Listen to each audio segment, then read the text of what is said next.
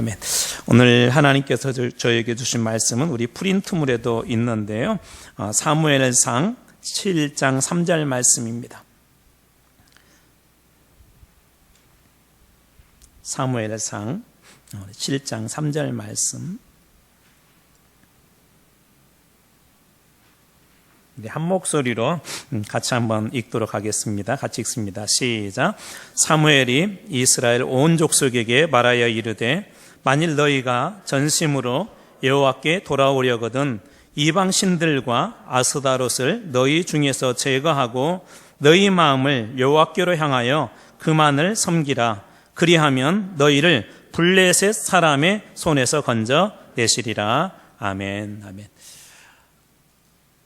저희들이 N바이블 시즌2를 지금 진행 중에 있고요. 이제 시즌1에서는 12개 시대로 이렇게 나누어서 시대별로 어떠한 일들이 있었는지 이런 이야기를 나누었고, 우리 시즌2에서는 각 성경별로 중요한 그런 그 교훈들을 우리 말씀을 통해서 이렇게 배우고 있습니다.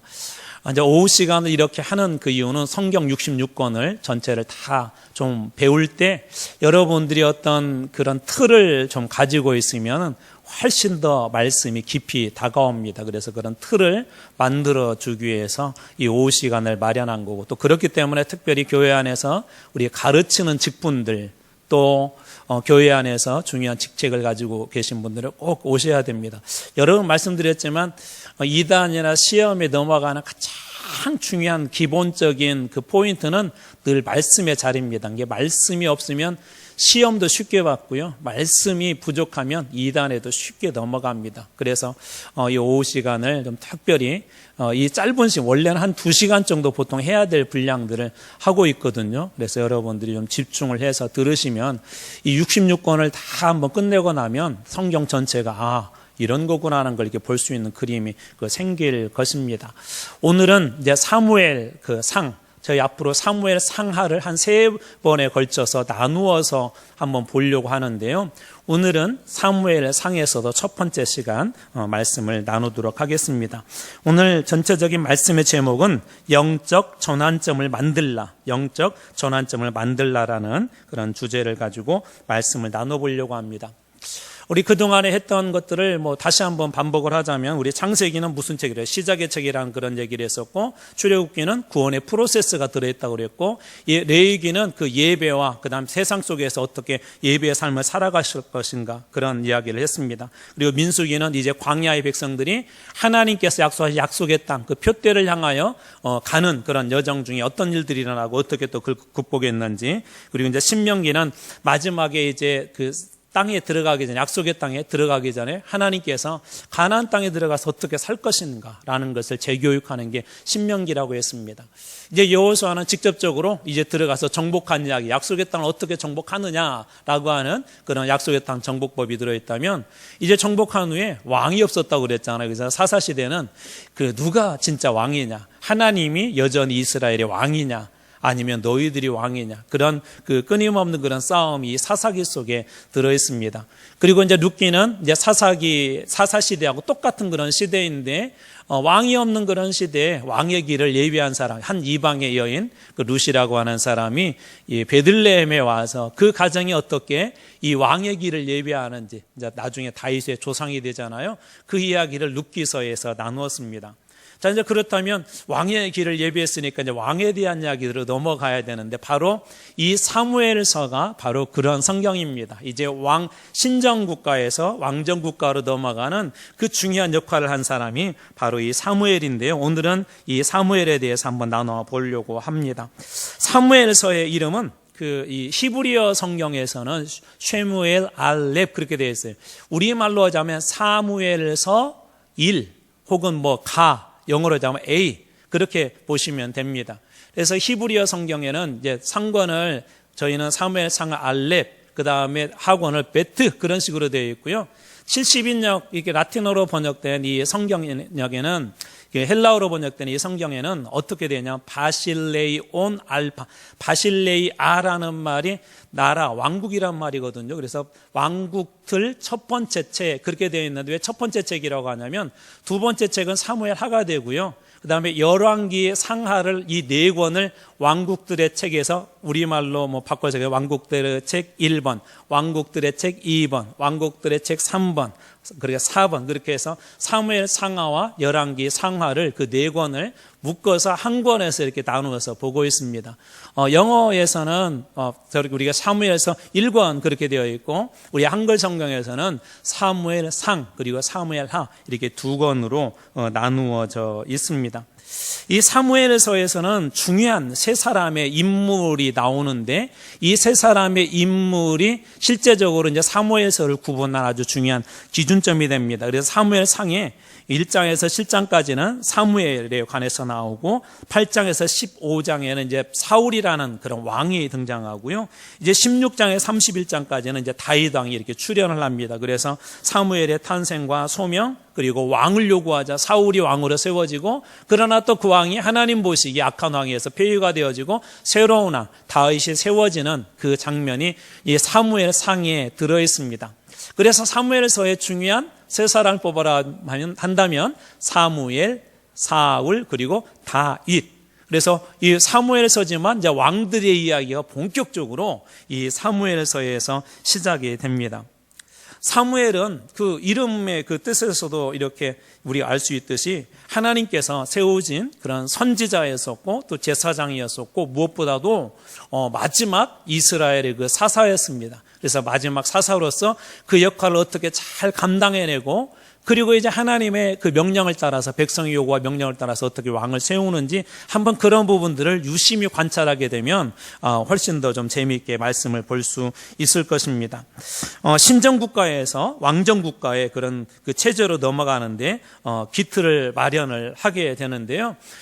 나중에 이제 사울이라는 사람을 세워서 기름을 붓죠. 우리가 기름을 붓는 세 가지 직책이 있다고 그랬죠. 왕, 선지자, 제사장. 그래서 그에게 기름을 부어서 왕으로 이렇게 삼습니다. 혹시 지난 시간 그 룻기에 나와 있는 그 나오미의 남편 이름이 뭐였었죠? 멜렉이었잖아요. 엘리라는 말은 나의 그러면서 우리 신약 성경에서도 아람어가 이렇게 사용이 됐는데 엘리 라마 사박다니 나의 하나님. 그래서 엘리라는 말이 나의 하나님이라는 말이고 멜렉이라는 말은 그 왕이라는 말입니다. 왕. 그러니까 멜렉을 어떻게 해석해서 하나님은 나의 왕이다라고 그런 해석을 해드렸잖아요. 그래서 거기에서 어떤 그 왕들의 오매에 대한 그런 것들을 갖다 이렇게 예비를 하는 것을 룻기서에서 곳곳에 보게 되는데 오늘 이제 그 일을 기름 붓는 일을 이 사무엘이 감당하게 될 것입니다. 그리고 사무엘을 성경은 하나님 어떻게 평가하고 있냐면요. 모세와 같이 영향력이 있는 인물. 모세는 이스라엘 사람들이 정말 중요하거든요. 왜 그렇죠? 출애굽의 장본인이란 말이에요. 그래서 가나안 땅에 들어가게 하는 아주 중요한 역할을 했는데 모세와 동급으로 하나님이 취급합니다. 예를 들자면 에레미야서 15장 1절에 보면 여호와께서 내게 이르시되 모세와 사무엘이 내 앞에 섰다 할지라도. 그래서 모세와 사무엘을 같이 두어요. 그러니까 사무엘이 얼마나 하나님 보실 때는 중요한 인물인지를 우리가 알 수 있는 대목입니다. 중요한 건 우리는 나름대로 이렇게 평가를 하잖아요. 근데 더 중요한 건 뭐냐면 하나님 앞에 어떤 사람이냐예요. 하나님 앞에 어떤 사람이냐. 하나님께서 결국은 우리의 인생의 모든 판단과 모든 결론과 모든 결정은 하나님 앞에입니다. 그래서 여기에서야 우리가 다 똑같이 예수 믿는 사람이고 똑같이 헌신하는 사람 같지만 하나님 앞에 가면 상급이 다 다릅니다. 그뿐만 아니라 하나님 앞에 서게 되면 길이 달라집니다. 어떤 사람은 영생의 길로, 어떤 사람은 멸망의 길로, 여러분 길이 달라집니다. 그런데 하나님이 그 모든 것들의 그 판단의 주인이신데 바로 그것에 대해서 하나님께서 명확하게 모세와 사무엘은 동급이다라고 그렇게 보여주고 있는 것이죠. 또 사무엘은 어떤 사람이냐면 정말 기도에 진심 있는 사람이에요. 영적으로 그런 어둠의 그런 시대에 중요한 그런 불을 밝히는 역할을 할 때 이 사무엘은 늘 기도의 자리에 서 있었습니다. 혹시 지금도 제가 요즘은 이제 버스를 자주 안 타니까 모르겠는데 예전에는 여러분 버스 타면 운전하시는 분 그 옆에 그 위에 혹시 이렇게 하나 이렇게 달려 있는 그림들 보셨나요? 여러분들은 그때 다 자가용 타고나 해서 못 보셨나요? 저희 동네에는 그런 그림이 있었어요. 그림 한 어린아이가 무릎 꿇고 이렇게 기도하고 있는 거. 혹시 그런 그림 보신 적 있어요? 대답을 해 주셔야 이게 진행이 됩니다. 그런 그림 보신 적 있으시나요? 있잖아요. 그게 사무엘 그림이에요. 사무엘. 영국 화가 중에 조슈아 레이놀즈라는 분이 계시는데 그분이 그린 유명한 명화입니다. 그러니까 사무엘을 그 레이놀즈는 표현을 할 때 어떤 사무엘을 표현할까 하다가 사무엘은 기도의 사람이야. 어렸을 때부터 기도의 사람이야. 그래서 무릎 꿇고 기도하고 있는 그것을 갖다 그림으로 이렇게 표현한 겁니다. 그만큼 이 사무엘은 기도에 전심인 사람이에요. 정말 진심이 있는 사람이 바로 이 사무엘입니다. 시편 99편 6절에도 그렇게 증언해 주고 있는데요. 그의 제사장들 중에는 모세와 아론이 있고 그의 이름을 부르는 자들에게는 사무엘이 있도다. 자, 이렇게 이어집니다. 그들이 사무엘을 포함해서 여호와께 간구함에 응답하셨도다. 시편의 기자도 사무엘이 정말 기도의 사람이었고 기도할 때마다 하나님께서 어떻게 해주셨다고요? 응답해 주셨다고 합니다. 저는 여러분과 여러분의 자녀들이 그렇게 되기를 축복합니다. 기도에 진심인 사람, 하나님 앞에 정말 그렇게. 그래서 하나님께서 이렇게 영적으로 어두운 그 시대, 사사시대는 왕이 없다고 그랬잖아요. 왕이 없는 시대, 영적 전환점을 만드는 그 일에 이 사무엘을 쓰신 것 같습니다. 또 사무엘상 12장에도 우리가 다음번에 한번 볼 수 있을 것 같은데 12장 23절에 사무엘이 이런 고백을 해요. 나는 너희를 위하여 기도하기를 쉬는 죄를 여호와 앞에서 결단코 범하지 아니하고, 너희를 위하여 기도하기를 쉬는 것을 뭐라고 얘기해? 죄다. 너희를 위해서 기도하지 않는 것을 죄로 여길 정도로 사무엘은 정말 기도를 이렇게 사명을 알았어요. 그래서 이 사무엘은 항상 기도하는 그런 사람이었음을 보게 됩니다. 사무엘이라는 이름의 그 뜻은, 그래서 엘은 우리가 성경에서 엘이 들어가면 아까 엘리 했을 때 엘이라는 건 하나님을 이야기하는 사무엘이니까 하나님에 관한 어떤 그 뜻이 있겠었죠. 하나님께서 들으셨다라는 뜻이 있습니다. 자, 기도와 연관이 되죠. 왜 하나님께서 사무엘의 이름을 사무엘이라고 했는지 여러분 연관이 되시죠. 이름값을 하셔야 돼요. 여러분 각자 아마 부모님들이 이름을 이렇게 지어주면서 그런 이름값을 하라고 이렇게 다 지어주셨단 말이에요. 여러분들에게 또 이 주어진 이름들이 많이죠. 그리스도인이라고, 또 한마음 교회 교인이라고 하는 그런 이름들이 있습니다. 그냥 주신 게 아니에요. 사무엘도 그냥 자기 이름이 하나님께서 들으셨다라는 이름만 가지고 있는 사람이 아니라 정말 기도에 전심인 사람이었습니다. 제가 이런 이야기 여러 번 했잖아요. 축구 대표 선수들이 나가서 다른 나라 경기에서 우리나라가 이겼을 때 저희는 이렇게 표현을 합니다. 우리가 이겼다. 본인이 뛰지도 않았는데 우리가 이겼대요. 우리가 이겼대요. 청군 100팀, 이렇게 청팀 100팀 나눠서 운동을 했는데 우리가 이겼대요. 본인이 달리기 하지 않았는데. 그게 뭐라고 했죠? 대표성이란 말이에요. 그리스도인, 한마음 교인이라고 할 때 여러분들이 나가면 그런 대표성이 있습니다. 그래서 세상에 나가셔서 잘 하셔야 돼요. 나 한 사람이 잘못하면 누가 욕을 얻어먹어요? 교회가 욕을 얻어먹고 하나님까지 욕을 얻어먹습니다. 근데 사무엘은 그 이름값을 정말 한 사람이에요. 여호와 하나님께서 들으셨다. 여호와 엘로힘 하나님께서 들으셨다라는 그런 이름을 가진 사람이 바로 이 사무엘이었습니다. 사무엘의 그 탄생의 배경을 잠깐 보자면 그는 에브라임 지파 출신이었는데요. 아버지는 엘가나라고 하는 사람이었어요. 엘가나. 그리고 그의 어머니가 한나가 있었고, 구약시대 때 이때 당시에는 일부 다처제가 허락이 되었기 때문에 아버지 엘가나에게 한나 외에 또 다른 그런 아내가 있었는데 분인나라고 하는 그런 아내가 있었습니다. 어느 날 이 분인나가 먼저 임신을 한 거예요. 그리고 나니까 이 분인나가 막 이렇게 갑자기 한나에 대해서 막 무시하기 시작하고 막 힘들게 하기 시작합니다. 그래서 사무엘상 1장 6절에 보니까 여호와께서 그에게 임신하지 못하게 하심으로 그의 적수인, 이게 옛날에는 사실 뭐 지금도 중동 그렇지만 중동의 일부 닫혀져 있는 그런 나라들 보면은요, 절대 그렇게 하면 안 되거든요. 모슬림은 지금도 일부 닫혀져 허락을 합니다. 그런데 중동의 그런 이때 당시의 문화가 조금 남아 있는데요. 이 다른 아내에 대해서, 이게 남편의 다른 아내에 대해서 함부로 대하게 되면 그것은 엄벌에 처합니다. 그런데 성경은 얼마나 이 한나가 힘들었던지 사무엘상 1장 6절에 그의 적수이인이라고 그렇게 표현합니다. 이게 분인나가 얼마나 힘들게 했는지 또 한나는 얼마나 고통스러웠는지 알 수 있는 대목이죠. 그의 적수인 분인나가 그를 심히 격노하게 하고 분노하게 하여서 괴롭혔다라고 그렇게 이야기합니다. 우리도 이런 일들을 당할 때가 있죠. 그럴 때 여러분 어떻게 하세요? 이 한나는 그때 어떻게 했을까요? 문득 찬송 하나가 생각났어요. 괴로울 때 주님의, 그 다음 뭐죠? 얼굴 보라. 그 찬송이 생각났어요. 한나는 정말 그런 사람이었어요. 사무엘상 1장 10절. 이 말씀 혹시 여러분 프린트물에 보이세요? 우리가 졸릴 수도 있으니까 한번 읽어볼게요. 그리고 오늘 프린트물에는 괄호가 있습니다. 여러분들이 꼭 한번 채워보시기 바랍니다. 사무엘상 1장 10절. 보이시는 분들은 같이 한번 읽어보면 좋을 것 같습니다. 같이 한번 읽어보겠습니다. 시작. 한나가 마음이 괴로워서 여호와께 기도하고 통곡하며. 한나가 마음이 괴로워서 그 적수인 분인나 때문에 막 괴로워서 막 이 격분을 했는데, 근데 어떻게 했다고요? 괴로울 때 주님의 얼굴 보라. 괴로워서 누구 앞에 나가서 지금 기도해요? 여호와께 기도하고 통곡하고 하나님 앞에 나가서 그가 그렇게 기도한 것입니다.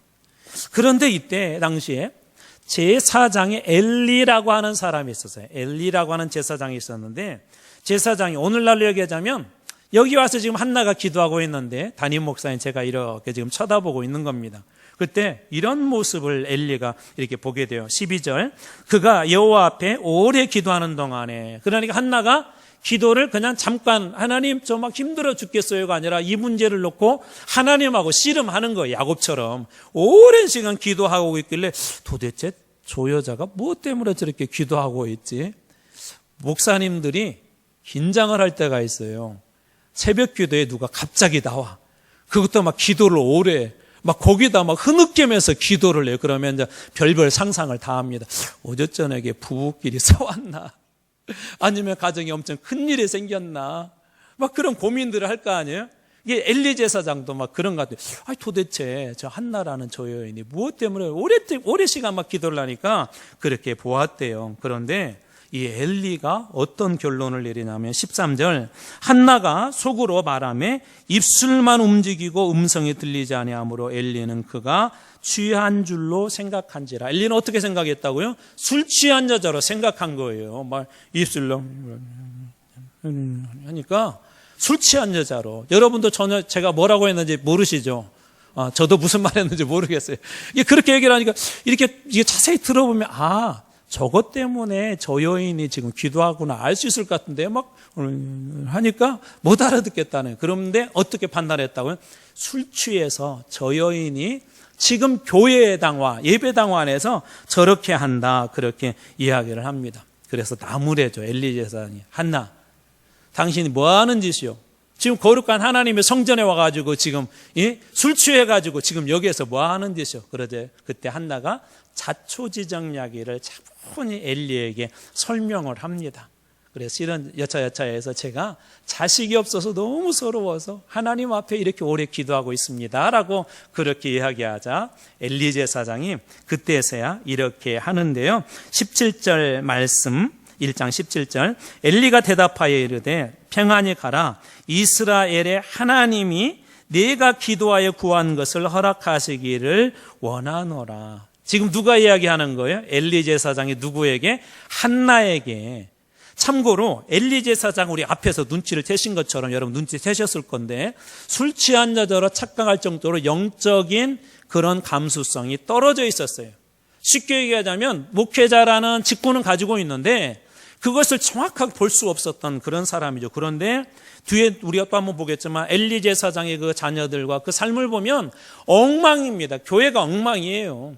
그런데도 그가 축복을 내요. 축복을. 평안히 가라. 이스라엘 하나님이 내가 기도하여 구한 것을 허락하기를 원하노라. 뭘 구했죠? 자식을 주십시오라고 이 한나가 기도한 그것을 하나님, 이 엘리 제사장이 그렇게 축복한 거예요. 하나님께서 그렇게 해줄 거라고.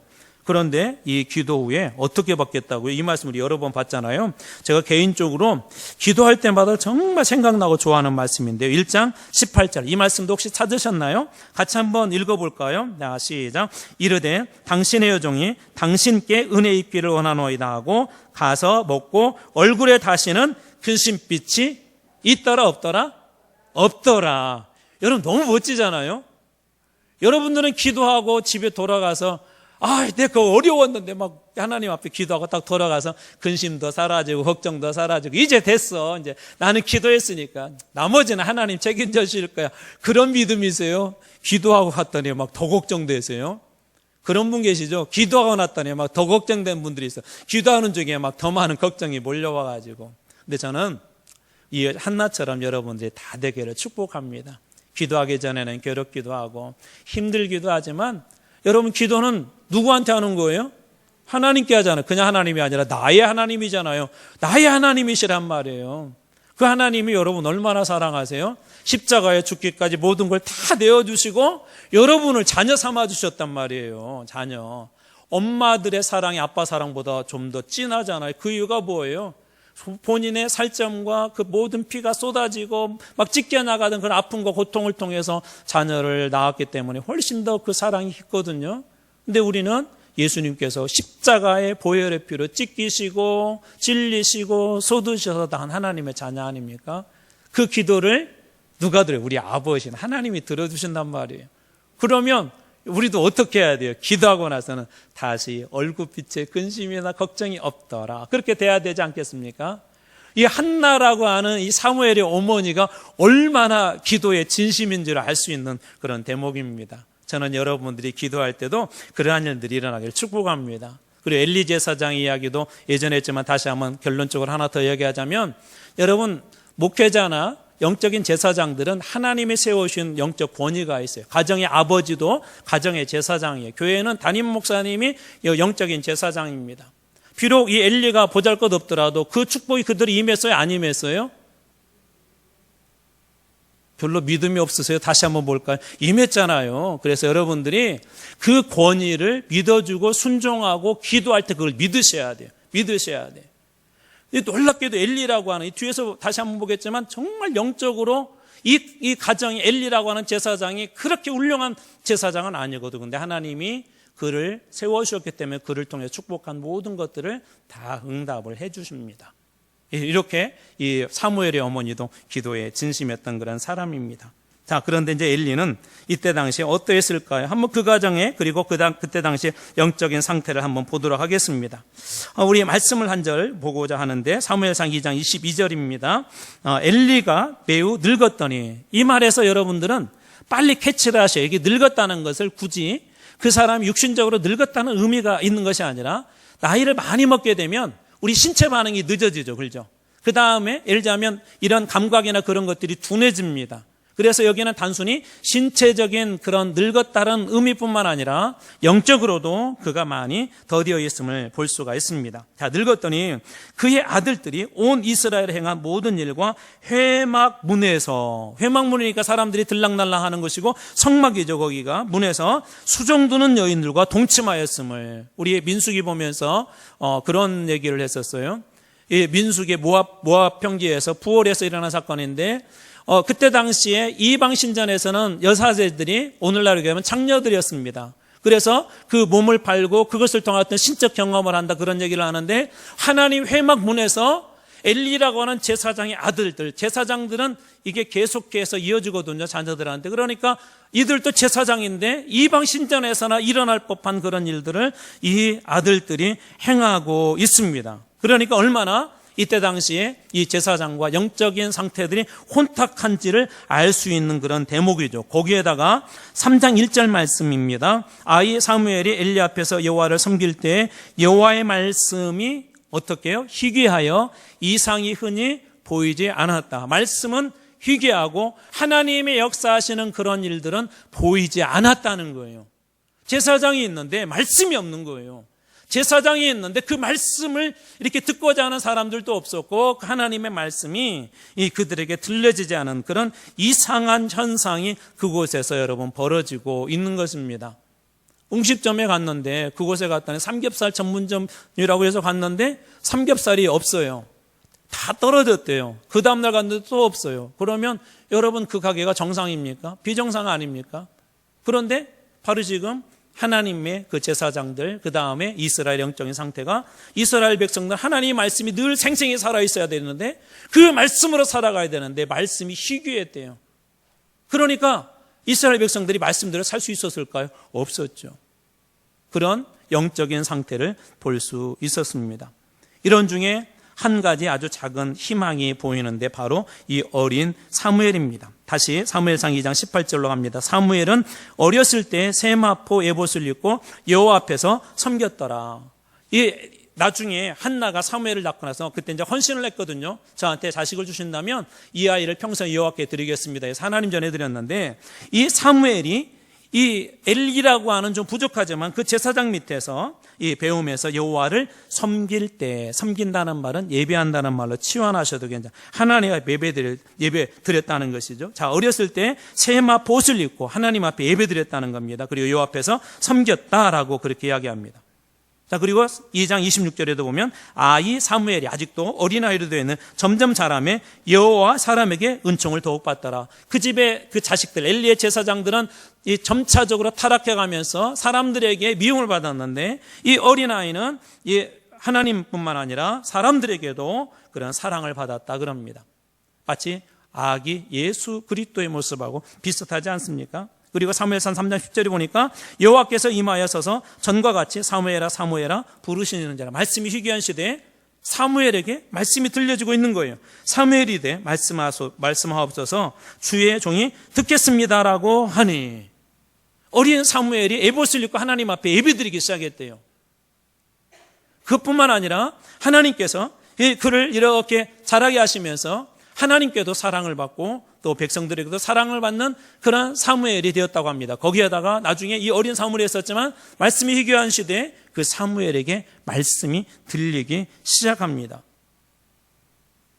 그래서 3장 21절에 보면 여호와께서 실로에서 다시 나타나시되 여호와께서 실로에게 여호와의 말씀으로 사무엘에게 자기를 나타내시니라. 나중에 이제 사무엘이 정상적인 이제 정식적인 제사장에 대해서 실로라는 곳이 이때 당시에 회막 성막이 있었는데요. 이곳에서 이제 사무엘이 제사장으로 역할을 감당하게 되는데 어떻게 됐다고요? 그 앞에는 하나님 말씀도 희귀했고 이상도 보이지 않았는데 3장 21절에 사무엘이 제사장이 되면서 바뀌기 시작합니다. 여호와의 말씀을 여호와께서 말씀을 통하여서 사무엘에게 나타내셨대요. 말씀이 희귀한 시대에 한 사람 사무엘에게 말씀이 들려지기 시작한 것입니다. 여러분 우리 시대의 영적인 전환점은 늘 어디서 일어난 줄 아세요? 하나님 말씀이 여러분들에게 들려기 시작하면 여러분의 삶에도 영적인 전환점이 시작되는 것입니다. 하나님의 말씀으로부터 시작하시는 거예요. 여러분 어떠십니까? 지난 한 주간 동안 매일매일 하나님의 음성을 듣고 계세요? 하나님 여러분들에게 말씀해 주시던가요? 아니 여러분들은 묻고 계십니까? 하나님 어떻게 해야 되나요? 이런 문제 어떻게 해야 되나요? 매일매일 말씀 앞에 서십니까? 묵상하십니까? 고민하십니까? 그 속에서 하나님께서 말씀하시는 것들을 들으셔야 돼요. 그렇지 않으면 우리가 세상의 것들에 그냥 따라가 버립니다. 여러분 세상에 나가면 얼마나 재밌는 것들이 많아요. 저희 아이들에게도 여러분 하실 수 있으면 수요 예배, 오후 예배 다 데리고 나오셔야 돼요. 저희 어렸을 때 새벽 기도에도 어린아이 없고 다 나왔습니다. 그 세대들이 이 사람들이라 아닙니까? 여러분들 아닙니까? 아이들에게도 이 어린아이들도 어린 사무엘도 영적인 그런 걸 한단 말이에요. 음성이 들려온단 말이에요. 우리는 어린아이들하고 종종 이렇게 무시하는 게 아니에요. 제가 한번 말씀드렸잖아요. 중국에서 만났던 조선족 집사님. 할머니하고 매일 저녁 둘이 가정 예배를 드리는데 6살인가 7살 된 이 아이가 예배를 드려 갑자기 막 방언이 터지기 시작했어요. 30여 번을 넘게 이 아이가 막 방언을 기도합니다. 여러분 교회라는 것은 세상을 따라갈 수 없어요. 재미로는. 근데 교회가 유일하게 세상보다 가장 탁월할 수 있는 한 가지가 있는데 그것은 하나님과 결정적인 만남이 일어나게 되면 이런 영적인 사건들, 전환점이 일어나게 되면 세상의 어떤 것보다도 가장 귀하고 가장 재미있고 가장 은혜로운 것이 여러분 바로 교회입니다. 왜 젊은이들이 자꾸 세상으로 돌아갈까요? 교회가 세상 재미를 추구하니까 그래요. 세상 재미 아무리 교회에서 추구해도 못 따라갑니다. 여러분 음악 보십시오. 음악. 유명한 그런 가수들, 뭐 나는 그런 프로그램 이야기 해도 될지 모르겠지만 뭐 나는 가수다. 예전에 우연히 한번 봤거든요. 제가 이렇게 설교해도 우는 사람 없는데 나는 가수다 그거 보면서 우는 사람들이 있어요. 막. 그 음악이 주는 힘이거든요. 우리 교회 찬양팀 정말 애씁니다. 저희 교회 방송 설비가 지금 10년이 넘었습니다. 10년. 믹서기도 조금만 바꿔도 훨씬 더 세상의 아이들이 음악은 막 스테레오로 듣고 막 3D, 5D 막 그렇게 아이들 듣고 최고로 좋은 그 방송을 음악을 만들기 위해서 얼마나 많은 돈을 투자한지 여러분 아십니까? 교회는 절대 그거 못 따라가요. 근데 이런 것 조금 교회가 그래서 좀 투자할 필요가 있습니다. 제가 그 얘기도 했잖아요. 저희 후배 이야기. 이 아이가 예수를 믿게 된 경위가 어느 날 우연히 가다가 길거리에서 한 번도 들어보죠. 그때는 교회 음악이 상당했거든요. 막 그런 음악이 들려와서 들어갔는데 그게 그때 당시에 뭐냐면 경배와 찬양팀이라고 하는 그 팀이 어느 체육관에서 그 찬양 집회를 했어요. 근데 이 아이는 예수도 모르는 아이가 지나가다가 세상에 듣지도 못한. 왜? 그 음악이 영적이니까. 성령께서 그 속에 계시니까. 그 음악을 듣고 자기도 모르게 들어가서 예수를 믿었어요. 여러분 교회에는 그런 영적인 감흥이 있어야 돼요. 그런 영적인 기쁨이 있으셔야 돼요. 오후 시간에 나온 게 즐거우셔야 돼요. 말씀하고 만나고 싶어서 여러분 기대되셔야 돼요. 우리 옛날에 계신 목사님이 그 얘기 하시더라고요. 그때 당시에 엄마의 바다가 유행했는데 교인들 머릿속에 엄마의 바다만 있어요. 말씀은 그것보다 더 여러분 말씀은 우리의 생명 살리는 거 아니에요? 말씀이 희귀한 그 시대에 어린 사무엘이 그 시대 한 나라를 그렇게 여러분 바뀌어가고 있는 거예요. 저는 특별히 여러분들에게 부탁합니다. 세상의 재미보다도 이런 영적인 은혜를 경험할 수 있도록 기도하세요. 성령님께서 여러분 날마다 만져주시도록 기도하세요. 우리 부모님들 우리 아이들을 위해서요. 세상 재미있는 거 그거 필요해요. 필요 없는 건 아니에요. 그렇지만 우리 아이들이 정말 예수님 깊이 만날 수 있도록 기도하면서 그 예수님 때문에 아이들이 기뻐하고 감격해하고 찬양하는 중에 성령님께서 만져주시는 그 영적 은혜를 경험하고 말씀을 귀로 듣는 순간 내 가슴 속에 해결되지 않았던 그 문제들이 말씀의 홍수가 폭포 쏟아져가지고 그것이 다 씻겨져 나갈 때 세상에 줄 수 없는 그런 기쁨과 감동이 여러분 자녀들에게 여러분의 있기를 여러분 기도해 주시고 또 여러분 그렇게 축복합니다. 사무엘은 그런 사람이었어요. 근데 이 시대에 영적인 한 가지 어두운 그림이 하나가 있었어요. 그게 뭐냐면 블레셋이라고 하는 그런 나라가 하나가 있었는데 이 나라하고 전쟁을 하게 됐어요. 1차 전쟁에 아벡이라는 곳에 이렇게 전투를 이렇게 하게 되었는데 그만 이 전투에서 패배를 하게 됩니다. 무려 4,000명이나 사람들이 이스라엘 사람들이 죽어나가요. 그러자 두 번째 다시 전투를 하려고 하는데 야, 하나님의 교회를 가져오자. 실로의 교회가 있었거든요. 그래서 이 하나님의 교회를 가지고 오도록 가서 부탁을 합니다. 그래서 이때 당시에 엘리의 두 아들 홈리와 비느하스가 제사장이었는데 이 두 사람이 언약궤를 가지고 이 전투의 현장에 옵니다. 우리는 종종 이런 착각을 해요. 내가 평소 때는 기도 안 하다가 오늘 기도했으니까 이 계약 잘 되겠지. 저도 그런 적이 있었어요. 그때 저희 때 이렇게 수능 봤잖아요. 이렇게 그 입시 봤잖아요.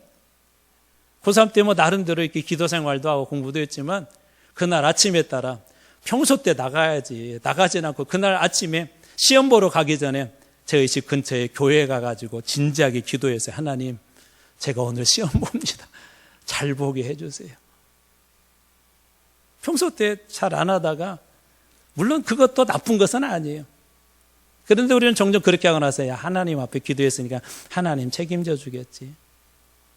이스라엘 백성들이 그런 마음 가졌던 것 같아요. 언약궤 있으면 우리가 이기겠지. 왜? 언약궤는 하나님 자체니까는요. 근데 이 싸움에서 보기 좋게 또 패합니다.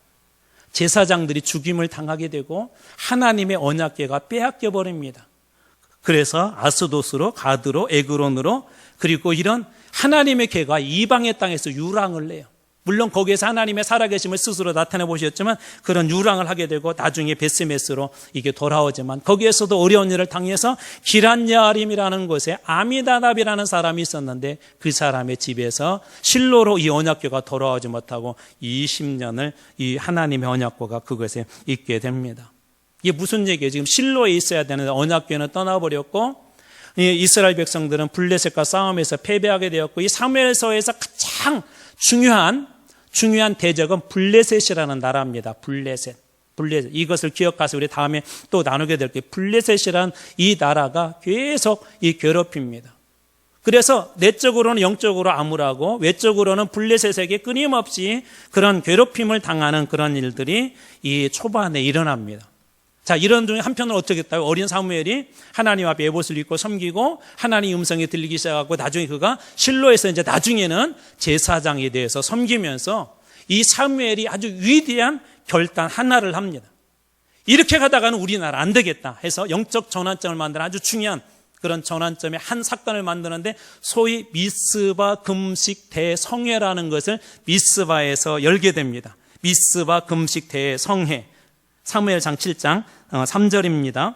사무엘이 이스라엘 온 족속에게 말하여 이르되 만일 너희가 전심으로 여호와께 돌아오려거든 이방 신들과 아스다로스를 너희 중에서 제거하고 너희 마음을 여호와께로 향하여 그만을 섬기라. 그리하여 너희를 블레셋 사람의 손에서 건져내리라. 제거하고 이방의 신들을 제거하고 또 하나님께로 향하여서 하나님만 너희를 예배하라. 그러면서 7장 5절 사무엘이 이르되 온 이스라엘은 이스라엘 사람 중에 한 사람도 빠지지 말고 미스바로 모이라. 내가 너희를 위하여 여호와께 기도하리라 하매 사무엘이 이스라엘 모든 백성들에게 한 사람도 빠지지 말고 소위 그 소집을 한 거예요. 자, 내일부터 부흥회가 미스바에서 있으니까 여러분 작년들로부터 어린아이들까지 빠지지 말고 다 나오십시오. 다 나오십시오 하고 그 미스바로 부른 것입니다. 그리고 그곳에서 무엇을 했습니까? 7장 6절 그들이 미스바에 모여 물을 길어 여호와 앞에 붓고 그날 종일 무엇하고? 금식하고 미스바 성회에서 금식 성회를 한 거죠. 자, 거기서 이르되 자, 우리가 여호와께 무엇하였나이다? 범죄하였나이다. 회개 기도가 있죠. 자, 하니라 사무엘이 미스바에서 이스라엘 자손을 다스리니라. 종일 무엇하고요? 금식하고 우리가 여호와께 범죄하였나 하나님 앞에 회개하고. 이 7장 3절이 뭐라고 그랬죠? 우리가 여호와께로 돌아가자. 이방신 다 끊어버리고 하나님께 도로 돌아가자. 사무엘은 안 거예요. 나라가 사는 길, 이스라엘이 사는 길, 교회가 사는 길, 다 세상이가 끊어버리고 하나님께로 돌아가는 거예요. 그런데 돌아가는 게 여러분 쉬워요? 아니면 어려워요? 어렵잖아요. 그렇죠? 어려워요. 죄도 끈질기거든요. 그래서 무엇하는 거예요? 금식하는 거예요. 금식. 이사야 58장 6절에는 금식에 대해서 뭐라고? 흉하게 결박을 풀어주고 멍에의 줄을 끌어주고 압제당하는 자를 자유하게 하고 모든 멍에를 금식은 끊는다. 끊어버린다. 이스라엘 백성들 그동안 붙잡고 있었던 그런 영적인 암흑의 그런 줄을 이 금식 성회를 통하여서 미스바에서 다 끊어버리겠다는 거예요. 흉악의 결박, 멍에의 줄, 압제당하는 그런 자로부터 그리고 모든 멍에를 끊기 위해서 이 금식 기도를 한 겁니다. 아까 사무엘이 기도에 전심 있는 사람이라고 그랬죠? 교회가 사는 길은 끊는 거예요. 여러분 신앙이 사는 것은 끊어버리는 거예요. 오늘 오전에도 잠깐 설교했지만 38년 된 여러분을 늘 괴롭게 하고 거기에 묶어둔 것들이 다 있어요. 각자 있어요. 우리 교회 안에도 있어요. 여러분 오전 설교를 혹시 이렇게 들으시면서 뭐하고 딱 매치되는 게 없으셨나요? 이게 영적인 감흥이 있는 분들은 오늘 38년 된 병자 딱 들으면서 아 이게 이거구나라는 걸 아셨을 터인데 모르겠어요. 아셨는지 모르겠어요. 우리 다 있어요. 38년 된 진짜 벗어나고 싶지만 근데 그냥 베데스다는 어떤 그냥 신비한 기적이 있는 것뿐이에요. 그것 가지고 해결이 안 돼요. 거기에서 예수 그리스도를 만날 때만이 이 문제가 해결이 됩니다. 오늘 그 일을 이 사무엘이 지금 미스바에서 경험하게 하는 거예요. 여러분 특별히 우리 교회가 이런 영적인 경험을 하자, 우리 기도하자, 우리 예배드리자 할 때 여러분 함께 다 모이시기 바랍니다. 그때 어린아이들 깐난하게 들쳐입고 나오는 거예요. 왜 옛날에는 되고 요즘은 왜 안 돼요? 옛날 어른들은, 옛날 젊은 분들은 잠이 없어서 그런가요? 아니에요. 그때는 열망이 있었어요. 내 신앙에 대한 열망이 있었고 교회에 대한 열망이 있었어요. 내가 성령 받지 않으면 나 이렇게 살 수 없어. 밤새도록 하나님 앞에 매달려서 성령 충만하고 성령 세례받고자 하는 그런 열망들이 있었어요. 교회의 부흥을 위해서 그런 열망들이 있었어요. 교회가 어려울 때 나라도 교회 도와야지, 나라도 벽돌 한 장 쌓아야지 하면서 그런 열망들이 있었어요. 여러분들은 있으세요? 저는 여러분들에게 있는 줄로 믿습니다. 있어요. 근데 그게 감추어져서 지금 안 보이는 것 뿐이에요. 저는 오늘 이 말씀을 통하여 그동안 감추어졌던 이 영적인 열망들이 다시 한번 여러분 다 드러나서 여러분 안에 그것이 회복되기를 축복합니다. 자, 이거 회복이 되자 사무엘이 미스바 금식 대성회를 통하여서 영적인 분위기를 바뀌자. 그 다음에 영적인 게 바뀌게 되면 여러분 신앙이 바뀌게 되면요 나머지 밖에는 자연스럽게 바뀌어요. 어떻게 바뀌는지 볼까요? 7장 11절 이스라엘 사람들이 미스바에서 나가서 자, 그전까지는 블레셋 맨날 당했잖아요. 블레셋 사람들을 추격하여 벳갈의 아래까지 이르기까지 쳤더라. 그러죠. 쳤더라. 하나님이 괴를 가지고 왔는데도 안 됐어요. 그런데 미스바 금식 대성회를 하고 나서 회개하고 하나님 앞에 금식하고 났더니 이제는 블레셋과 능히 싸워서 이기게 됩니다. 그래 7장 12절 사무엘이 돌을 취하여 미스바와 센사에 세워 여호와께서 여기까지 우리를 도우셨다 하고 그 이름을 무엇이라고 한다고요? 에벤에세. 정확히 에벤하에제르. 에벤 돌이라는 말이고 에제르라는 말은 도움이라는 말입니다. 도와주셨다. 저는 여러분들에게도 이 에벤에셀이 있기를 축복합니다. 하나님께서 우리 여기까지 도우셨다. 10년, 20년 뒤에 여러분들에게 우리 교회에 그런 고백이 많아지기를 원합니다. 하나님께서 정말 우리 도와주셨다. 제가 다시 도전합니다. 여러분 40주년, 50주년 같이 한번 꿈꿔보고 왜 이렇게 같이 얘기하냐면 담임 목사 혼자 비전을 얘기해도 소용이 없어요. 어느 순간 같이 기도하면 하나님이 그 꿈을 동일하게 해주세요. 우리 이거 해보자, 저거 해보자. 그때 세계 선교의 중심이 됐으면 좋겠어요. 대답이 괜찮네. 그게 뭐냐면 그게 38년이에요. 병자들은요, 그게 안 된다 그래요. 우리 교회, 우리 부서들마다 놀라운 부흥이 있게 될 줄로 믿습니다. 그때 우리 그리고 하나님께서 여기까지 도우셨다. 에베네셀은요, 사무엘에게만, 이 미스바에만, 여기에만 있는 게 아니란 말이에요. 자, 그뿐 아닙니다. 7장 13절 말씀. 이에 블레셋 사람들이 이제는 어떻게 해요? 굴복하여 다시는 이스라엘 지역 안에 돌아오지 못하였으며 여호와의 손이 사무엘이 사는 날 동안에 블레셋 사람들을 막으셨다라고 그렇게 돼요. 여러분 영적인 전환점이 만들어지자, 이 영적으로 새로워지자 밖의 환경들도 바뀌어가고 있는 것을 보게 되죠. 자, 7장 14절은 이제 거기에 대한 결론 이야기입니다. 오늘 같이 한번 이 말씀은 읽어보도록 하겠습니다. 7장 14절 시작. 블레셋 사람들이 이스라엘에게서 빼앗았던 성읍이 에곤으로부터 가드까지 이스라엘에게 회복되니 이스라엘이 그 사방 지역을 블레셋 사람들의 손에서 도로 찾았고 또 이스라엘과 아모리 사람 사이에 평화가 있었더라. 회복되니 도로 찾았고 평화가 있었더라.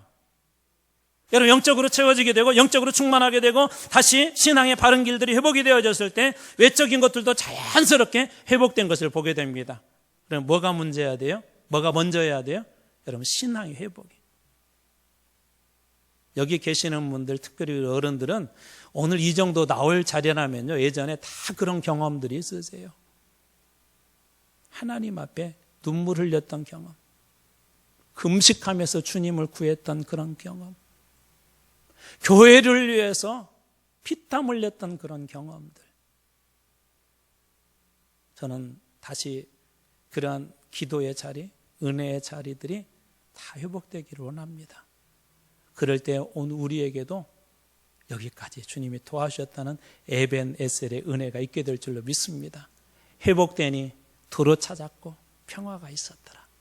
이 사무엘, 특별히 사무엘을 통해 주셨던 이 은혜들이 여러분들에게 동일하게 적용될 줄로 믿습니다. 기도하겠습니다.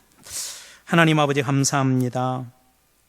오늘 이 오후 시간을 우리 사무엘을 통하여서, 사무엘에서 첫 번째 시간을 통하여서 어떻게 영적으로 암울하고 블레셋에게 늘 패했던 그 나라를, 그 땅을, 그 신앙을 전환점을 만들었던 한 사람 사무엘을 통해 금식하고 회개했더니 이 신앙만 축복해 주신 것이 아니라 밖의 상황도 다 바꿔주신 은혜를 오늘 말씀을 통해 보았습니다. 주님, 10년 뒤, 20년 뒤, 아니 저희 인생의 마지막 끝자락에서 주님께서 여기까지 나를 도우셨습니다.